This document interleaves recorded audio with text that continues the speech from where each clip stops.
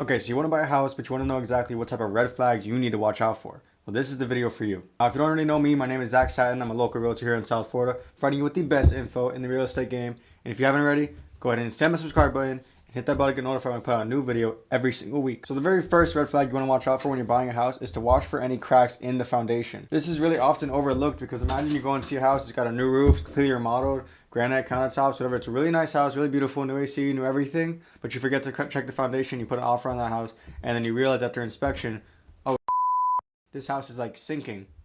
That's why you always want to make sure you check the foundation, check for any cracks. I mean, if it's a little tiny hairline crack, it's okay, but if you're talking like half an inch or a bigger crack, it needs to be repaired because that house is not going to stand. The next red flag you want to watch out for is any type of mold. If you smell it, if you see it, if you hear it, I don't know, you always want to proceed with caution when it comes to mold. And that's really because there's dangerous molds. Some molds are not dangerous, but they still need to be removed. You really just don't want any mold in your house at all, and you want to really watch out for it. Also, if they have any like strong air fresheners in the house, this could also be an indication that they have mold or they have something in the house that like really smells, and they're trying to, you know, skip past that and make sure you don't notice it by throwing in these strong air fresheners to really overdo it. Make sure you check for any type of insect infestation or signs that it could be coming or signs that it already is there, or see if there's any active insects walking around the house that might be like in a big cluster that's a little more than usual. These are things you want to watch out for. Checking your water, checking your bathroom, under your kitchen sink, dishwasher, whatever. Checking those areas where there's a lot of water and you could find a lot of ants, spiders, whatever. And you want to make sure you look at those things and get that figured out. You especially want to check for any type of damage in wood. So you want to know if there's any type of termite damage. Because if that house has termites, you're better off just not buying it. You'll also want to check for any types of water stains on the ceilings or the wall. And check the ceilings for any sagging if you're 6 foot. I'm not, but I can just look and see. If there are water stains on the ceiling, this could be a good indication that there was roof damage. If there was roof damage, you want to make sure that it was repaired and or replaced. That way you know that the least water damage was temporary and it's fixed now and you can move forward to buying the house. You also want to check for any water stains on the walls because you want to make sure there's no busted pipes or anything, or pipes that did bust. Because if one pipe busts, what about the rest of the house? When is it that the next pipe is going to go? These are things you want to know so you can be prepared in the long run. I know you didn't expect to hear this one, but you want to make sure you watch out for any type of fresh paint. 9 times out of 10, this is the good thing. The seller want to throw on a fresh coat, clean up the house, spiff it up a little, make it look a little nice. But what I'm really talking about is spotted painting. Let's say you're in, I don't know, a kitchen, a living room, a room, whatever, a bathroom, and only one wall is painted a different color. All the other ones are painted the same, but one wall is painted a different color. Maybe they're trying to pass it off as an accent wall, maybe not. But you want to make sure you take a good look at that wall because usually they could be trying to hide maybe a water stain or something like that that is being hidden away by that cover of paint. You also want to watch out for any properties being sold as is. You want to really think it through before you buy. What exactly are they selling as is? Is it the cracks in the foundation? Is it the insect infestation?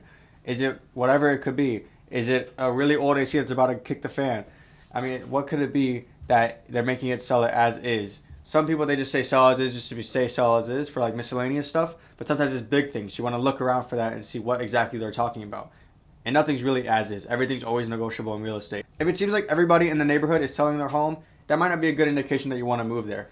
Stuff like that could really indicate there was some serious crime that happened that made everybody go, oh my gosh, I gotta get out of here, I need to move, I can't be in this area anymore, it's too dangerous.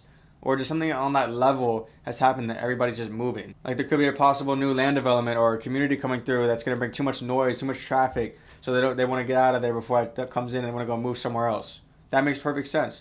That don't exactly mean that you're gonna want to move there now because now you need to know about that development too. I'm not saying it, I mean it's totally possible that everybody in the neighborhood would want to sell and nothing could be wrong. But statistically, it's very, very unlikely that something like that would happen. So make sure you watch out for that. After you find the home that you want to buy, make sure that after it rains that you go run by the house, check the yard. You want to check if there's any standing water in the yard. Make sure that is it mushy? Is there a lot of water over the grass?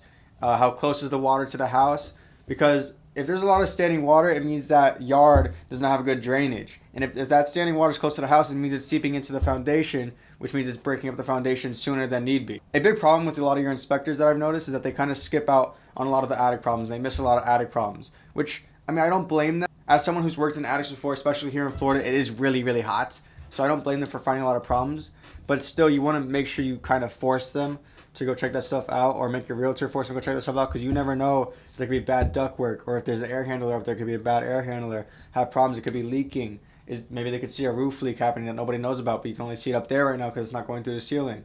things like that they might not want to go see, or maybe like they need more insulation. These are things you want to know, but we might not know because they don't want to go in all the way and check it out. They want to just kind of peek their head in there, look around, and there's nothing there. And the final red flag you want to look out for is any house listed for sale by owner. Now, the house itself might be perfect, but the problem is with the person selling it. They might know how to conduct a transaction. They might not know all the legal stuff involved. They could really screw you over, and for them it's fine because they still have their house, but you're screwed. So you want to make sure you're careful with stuff like that. Make sure if you're doing it, you want to go over with a realtor if possible. I mean, if you trust the person enough and you want to go for it, go ahead, but you want to understand there's a certain risk to that level. Not to mention there's a lot more scams involved for sale by owners. I've seen a lot of scams happen through sale by owners that weren't really for sale by owners. Some scammers will even put somebody's house up for sale, and the person that is actually owning that house will not even know that it's for sale. And that scammer will just pretend that it's their house and just go through the whole thing, and you find out at the very end, you're not getting this house because it's not theirs. And that is 10 quick red flags to help you out before you decide to buy a house. If you are looking to buy a house here in sunny Florida, hit me up at here or here, and I'd be happy to help you out. Thanks for watching. See ya.